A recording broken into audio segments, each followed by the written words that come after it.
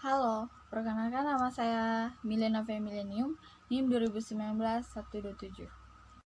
Perkenalkan, nama saya Herlin Luciana Sae, NIM 29-2019-132, dan kelompok kami akan membahas tentang perencanaan pembelajaran berbasis budaya. Ini adalah beberapa proses petunjuk untuk mengajarkan materi multikultural berbasis budaya. Yang pertama, Anda sebagai guru adalah variabel yang penting dalam mengajarkan materi etnis. Misalnya, saya seorang calon pendidik memberikan misalnya pengalaman dalam saya misalnya berkunjung ke sebuah tempat atau ke sebuah wilayah, terus di sana saya diajarkan untuk mengenal etnis atau kebudayaan orang lain gitu. Bagaimana cara saya bisa menyesuaikan secara menyesuaikan di mana tempat saya saat itu gitu. Terus yang kedua, pengetahuan tentang kelompok etnis diperlukan untuk mengajarkan materi etnis secara efektif. Nah, yang kedua itu bagaimana kita bisa tahu kelompok ini, misalnya ini dari Toraja, ini dari Jawa, ini dari Dayak, itu kelompok-kelompok etnis. Kita bisa tahu gimana adat kebiasaannya, adat istiadatnya yang sering dilakukan gitu. Yang ketiga, sensitivilah dengan sikap, perilaku rasial Anda sendiri dan pernyataan Anda buat sekitar kelompok etnis di kelas. Nah, itu kita misalnya kita tuh menyesuaikan kita di kelas, misalkan cara kita berkomunikasi, berinteraksi satu sama lain dengan perbedaan pendapat, dengan perbedaan. Di situ kita diajarkan untuk bagaimana kita tuh tahu gitu sifat atau kebiasaan-kebiasaan orang lain yang berbeda dengan kita gitu. Terus yang keempat, yakinkan bahwa kelas Anda membawa citra positif tentang berbagai kelompok etnis. Nah, di sini kita tahu bahwa kita tuh perbedaan itu menyatukan kita, namanya Indonesia, berbeda-beda tetap satu jua. Nah, di situ kita tahu bahwa kita tuh dalam perbedaan tuh kita bisa menjadi satu gitu, bisa menyesuaikan diri dengan satu dengan yang lain gitu. Terus bagaimana kita berinteraksinya dengan baik, terus kita tuh nggak memandang gitu dari Islam atau Kristen atau Hindu atau Buddha gitu, kayak agama gitu, budayanya, atau kita nggak membeda-bedakan dia orang Dayak, dia orang Jawa gitu.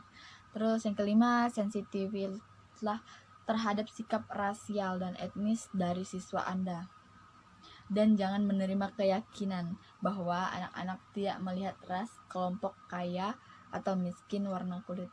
Nah, itu tadi masih berkaitan dengan pembahasan yang yang keempat tadi, tentang keyakinan bahwa membawa citra positif tentang berbagai kelompok di kelas Anda atau di tempat wilayah Anda gitu.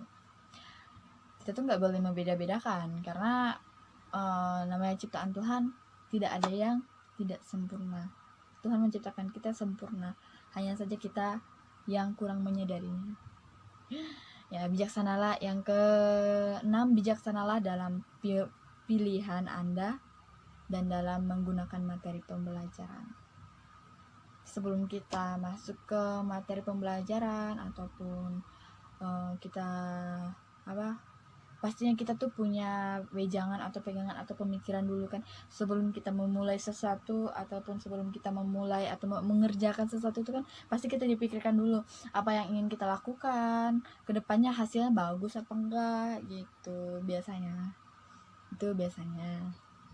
Dan tapi saran saya, memang segala sesuatu yang harusnya kita kerja sebelum kita kerjakan itu dipikirkan terlebih dahulu agar hasilnya memuaskan. Yang ketujuh, gunakan buku, film, video, tip, dan rekaman yang dijual di pasaran untuk memperlengkap buku teks dari kelompok etnis dan menyajikan perspektif kelompok etnis pada siswa Anda. Nah, ini pembahasan yang yang keempat tadi tentang keyakinan bahwa membawa citra positif tentang berbagai kelompok di kelas Anda atau di tempat wilayah Anda gitu. Kita tuh nggak boleh membeda-bedakan karena namanya ciptaan Tuhan, tidak ada yang tidak sempurna. Tuhan menciptakan kita sempurna, hanya saja kita yang kurang menyadarinya. Ya, bijaksanalah. Yang keenam, bijaksanalah dalam pilihan Anda dan dalam menggunakan materi pembelajaran.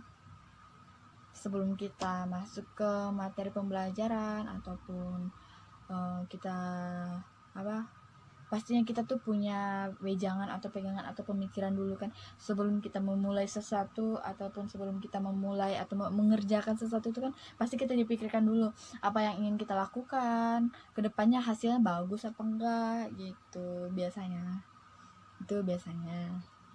Dan tapi saran saya memang segala sesuatu yang harusnya kita kerja sebelum kita kerjakan itu dipikirkan terlebih dahulu agar hasilnya memuaskan.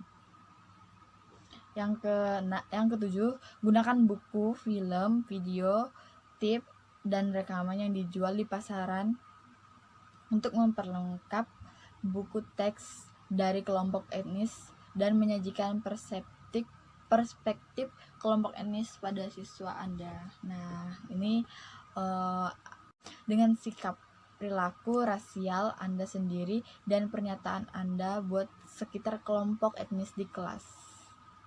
Nah, itu kita tuh menyesuaikan kita di kelas, misalkan cara kita berkomunikasi, berinteraksi satu sama lain dengan perbedaan pendapat, dengan perbedaan. Di situ kita diajarkan untuk bagaimana kita tuh tahu gitu sifat atau kebiasaan-kebiasaan orang lain yang berbeda dengan kita gitu. Terus yang keempat, yakinkan bahwa kelas Anda membawa citra positif tentang berbagai kelompok etnis. Nah, di sini kita tahu bahwa kita tuh perbedaan itu menyatukan kita, namanya Indonesia, berbeda-beda tetap satu jua. Nah, di situ kita tahu bahwa kita tuh dalam perbedaan tuh kita bisa menjadi satu gitu, bisa menyesuaikan diri dengan yang lain gitu. Terus bagaimana kita berinteraksinya dengan baik, terus kita tuh nggak memandang itu dari Islam atau Kristen atau Hindu atau Buddha gitu, kayak agama gitu budayanya, atau kita nggak membeda-bedakan dia orang Dayak, dia orang Jawa gitu. Terus yang kelima, sensitivitaslah terhadap sikap rasial dan etnis dari siswa Anda. Dan jangan menerima keyakinan bahwa anak-anak tidak melihat ras, kelompok kaya, atau miskin, warna kulit. Nah, itu tadi masih berkaitan dengan siswa merupakan bagian utama dari proses pendidikan dari sebagian besar siswa. Nah, di sini juga ada tujuan dan dari tindakannya. Ini ada tujuan. Yang pertama itu memberi setiap siswa kesempatan untuk mencapai potensinya. Yang kedua, mempelajari bagaimana belajar dan berpikir secara kritis. Yang ketiga, mendorong siswa untuk mengambil peranan aktif dalam pendidikannya sendiri dengan membawa kisah dan pengalamannya ke dalam lingkungan pembelajaran. Yang keempat, menunjukkan pada gaya belajar yang bermacam-macam. Yang kelima, menghargai kontribusi kelompok lain yang telah berkontribusi pada dasar pengetahuan kita. Yang keenam, mengembangkan sikap positif tentang kelompok orang yang berbeda dari dirinya sendiri. Yang ketujuh, menjadi warga sekolah, warga masyarakat, warga negara, dan masyarakat dunia yang baik. Yang kedelapan, belajar bagaimana mengevaluasi pengetahuan dari perspektif yang berbeda. Yang kesembilan, mengembangkan identitas etnis, sosial, dan global. Yang kesepuluh, memberi keterampilan mengambil keputusan dan keterampilan analisis kritis sehingga siswa dapat membuat pilihan yang lebih baik dalam kehidupannya sehari-hari. Nah, selanjutnya akan dijelaskan teman saya. Terima kasih. Selamat siang. Oke teman-teman, saya akan melanjutkan penjelasan dari teman kita Nove tadi tentang rencana pembelajaran berbasis budaya. Nah, kita akan masuk pada bagian RPP-nya, rencana pelaksanaan pembelajaran berbasis budaya. Yang pertama dalam kita membuat RPP, yang pertama yang harus kita tahu adalah standar kompetensi. Jadi standar kompetensi apa yang harus kita pakai dalam pembuatan RPP tersebut. Jadi yang pertama yang kita pakai adalah mengenal sumber daya alam, kegiatan ekonomi, dan kemajuan teknologi yang ada di kabupaten, kota, ataupun provinsi di daerah masing-masing. Yang berikut yang harus kita tahu adalah membuat kompetensi dasar. Kompetensi dasar apa yang harus kita pakai dalam pembuatan RPP tersebut pun harus kita tahu. Jadi yang kita pakai saat ini adalah mengenal permasalahan sosial di daerahnya. Jadi di sini anak-anak diajak untuk bagaimana berpikir kritis tentang apa saja masalah sosial yang terjadi di lingkungannya. Yang berikut adalah indikator. Indikator yang kita pakai dalam pembuatan RPP ini, yang pertama adalah mengidentifikasi permasalahan sosial di daerahnya. Jadi anak diajak untuk mengidentifikasi, diajak untuk berpikir kritis, dan diajak untuk mencari solusi tentang berbagai permasalahan di daerahnya.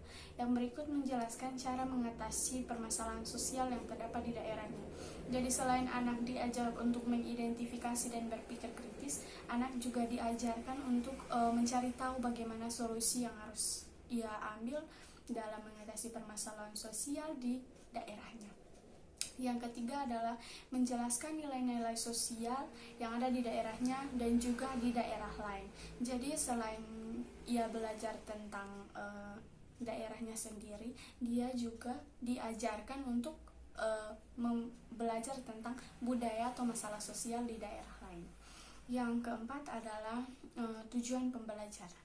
Jadi dalam melaksanakan sebuah pembelajaran, kita pun harus tahu apa tujuan dari pembelajaran tersebut. Jadi setelah siswa mengikuti pembelajaran, diharapkan yang pertama dapat mengidentifikasi permasalahan sosial di daerahnya. Seperti tadi yang sudah saya jelaskan bahwa dia diajak untuk mengidentifikasi, berpikir kritis untuk mengetahui permasalahan sosial di daerahnya. Yang kedua, dapat menjelaskan cara mengatasi permasalahan sosial yang ada di daerahnya.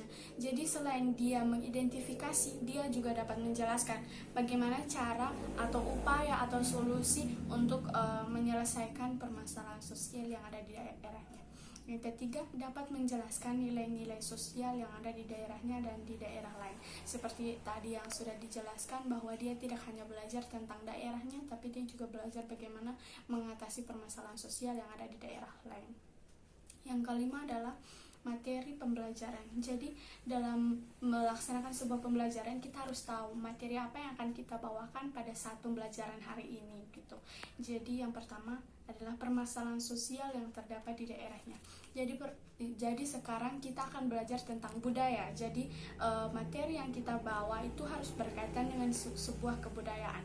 Jadi yang kita harus angkat dalam sebuah materi pembelajaran adalah permasalahan sosial yang terdapat di daerahnya. Jadi bagaimana kita mengajak anak untuk berpikir apa saja permasalahan sosial yang ada di daerahnya.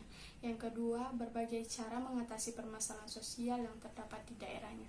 Itu sudah seperti tadi saya jelaskan di pembahasan sebelumnya. Yang berikut adalah metode pembelajaran.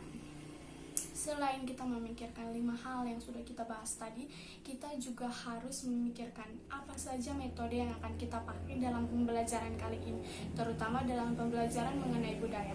Jadi ada beberapa option yang dapat kita pilih. Yang pertama yaitu ada sesi tanya jawab, ada juga sesi diskusi, ada penugasan, dan juga ada ceramah. Jadi itu adalah metode-metode pembelajaran yang dapat kita pakai untuk menerapkan pembelajaran pada anak-anak. Tinggal saja kita menyesuaikan dengan situasi yang terjadi saat itu. Yang berikut adalah langkah-langkah pembelajaran. Langkah-langkah pembelajaran itu ada 3 bagian besar.